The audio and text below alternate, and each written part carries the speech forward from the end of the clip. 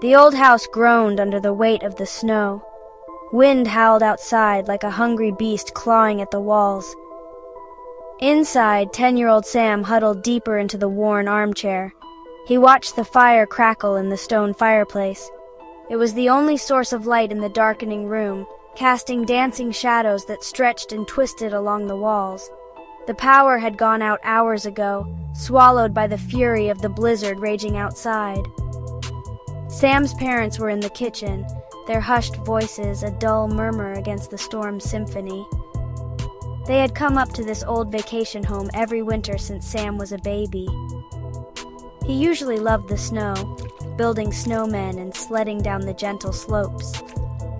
But this year, something felt different. The snow felt heavier, the wind colder, the silence of the surrounding woods more profound. A shiver ran down his spine, and it wasn't just from the cold. Sam's gaze drifted to the window. The snow fell relentlessly, a thick curtain of white obscuring the world beyond the glass. He could barely make out the outline of the old, abandoned house next door. It stood like a silent sentinel at the edge of the woods, shrouded in shadow and snow. Locals whispered stories about the house, tales of strange lights and unsettling sounds.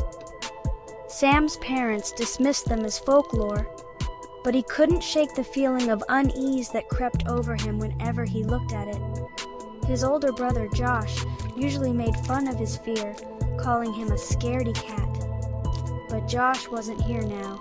He was out there, somewhere in that swirling white chaos. Earlier that day, when the storm was still a gentle snowfall, Sam and Josh had bundled up in their warmest winter gear and ventured out. The air was crisp and cold, biting at their cheeks and noses. Snow crunched under their boots as they made their way to their usual spot, a small clearing in the woods behind the house. It was their winter fortress, a place where they built snow forts, waged epic snowball fights, and pretended they were fearless explorers conquering a frozen wasteland. Oh, you're going down now. Josh, always the more adventurous one, had immediately declared a snowball war. Sam, smaller and less agile, quickly found himself on the defensive, dodging snowballs that whizzed past his ears. He laughed, breathless and exhilarated, as he scooped up a handful of snow and packed it tightly. He threw it with all his might, a perfect arc that caught Josh squarely on the shoulder. Oh, you're going down now. Josh, momentarily stunned, wiped the snow off his face and grinned. The grin turned mischievous. He packed it into a giant snowball, one that would put all of Sam's previous efforts to shame. The afternoon flew by in a flurry of snowball fights, laughter, and the satisfying crunch of fresh snow underfoot. As the sky began to darken and the first signs of a serious blizzard became apparent, their parents called them back to the house. Sam, tired and cold, was happy to oblige. He turned and trudged back towards the warm glow of the house, his boots leaving a trail in the freshly fallen snow. He glanced back, expecting to see Josh right behind him. But Josh wasn't there. Sam stopped, his heart pounding a little faster. "Josh!"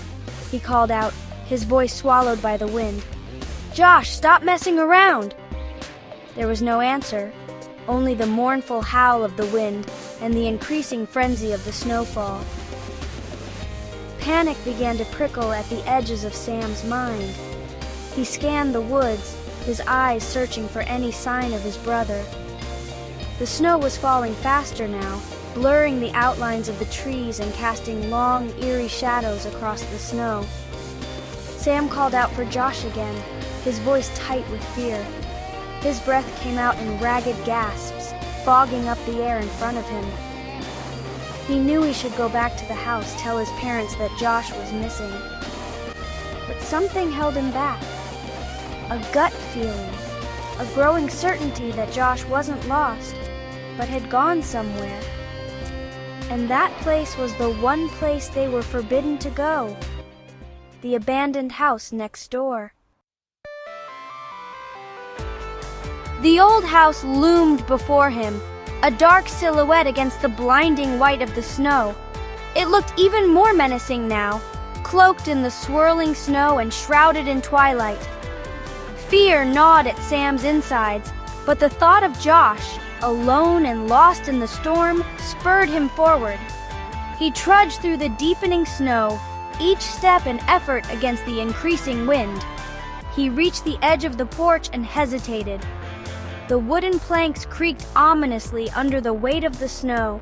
He could hear the wind whistling through the gaps in the boarded-up windows, creating a low, mournful sound. Swallowing his fear, Sam reached out and knocked tentatively on the door.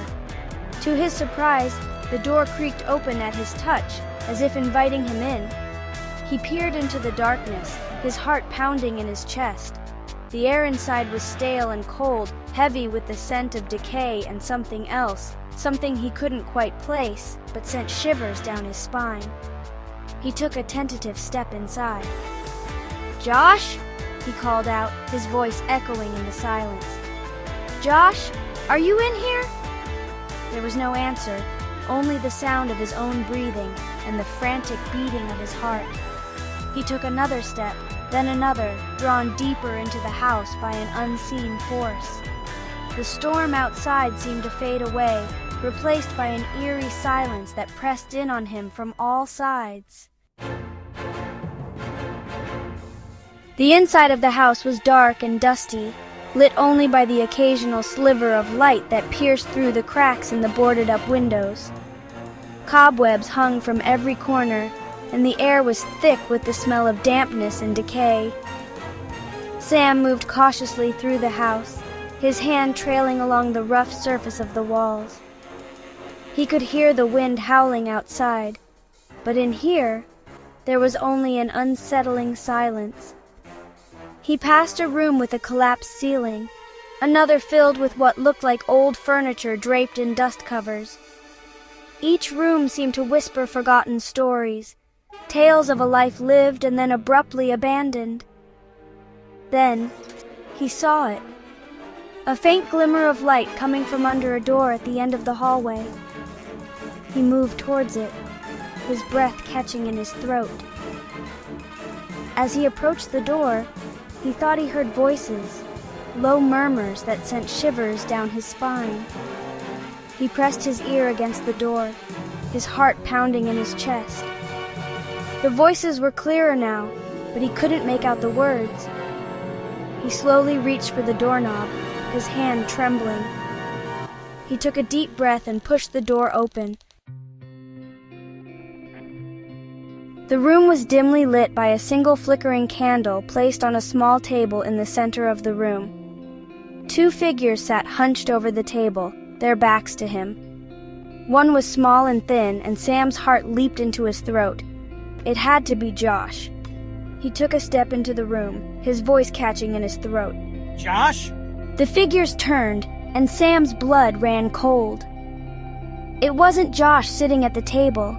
It was an old woman, her face wrinkled and pale as parchment, her eyes as dark and fathomless as the storm raging outside. Beside her sat a figure shrouded in shadows, its features obscured by the darkness. Sam couldn't tell if it was a man or a woman, young or old. It simply sat there, unmoving, its gaze fixed on Sam with an intensity that made his skin crawl. "Well, hello there, child. What brings you to our humble abode on this stormy night?" Terror choked Sam's voice. He couldn't speak, couldn't breathe. He stumbled back, his eyes darting between the old woman and the shadowy figure beside her. He needed to get out, to run, to escape. Turning on his heel, he fled the room, his heart pounding in his chest. He didn't look back, didn't stop running until he burst through the front door and out into the blinding white of the blizzard. He could feel their eyes on his back, cold and calculating. The storm, once a raging beast, now felt like a safe haven. Sam didn't stop running until he saw the warm glow of his own house in the distance. He stumbled through the snow, his breath coming in ragged gasps, his limbs heavy with exhaustion and terror. He burst through the front door, collapsing onto the floor in a heap, his clothes soaked through with snow and sweat. His parents rushed to his side, their faces etched with worry. Sam, what happened? Where were you? And where's Josh? Sam clung to her, burying his face in the warmth of her coat. He was safe. He was home. But Josh... He stammered out the story, the words tumbling over each other in his haste to tell them everything, the abandoned house, the old woman, the shadowy figure. His parents listened patiently, their expressions shifting from worry to disbelief to growing concern. Are you sure you saw all that, Sam? It was dark, and the storm... You must have been scared. Sam knew it sounded crazy, like something out of one of the scary stories he wasn't supposed to read. But he knew what he had seen. The old woman's eyes, the shadowy figure's silence, the feeling of dread that had clung to him like a shroud. His parents exchanged a worried look.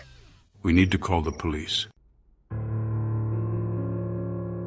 The police arrived quickly, their flashing lights cutting through the swirling snow like beacons in the night. Sam recounted his story again, this time to a kind-faced officer who listened patiently, his brow furrowed in concern.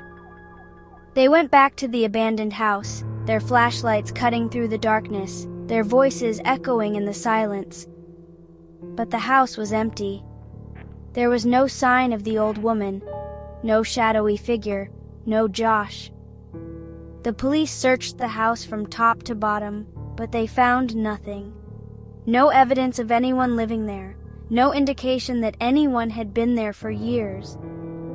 The only sign that Sam had been there at all was a single muddy footprint on the porch, quickly disappearing beneath the falling snow.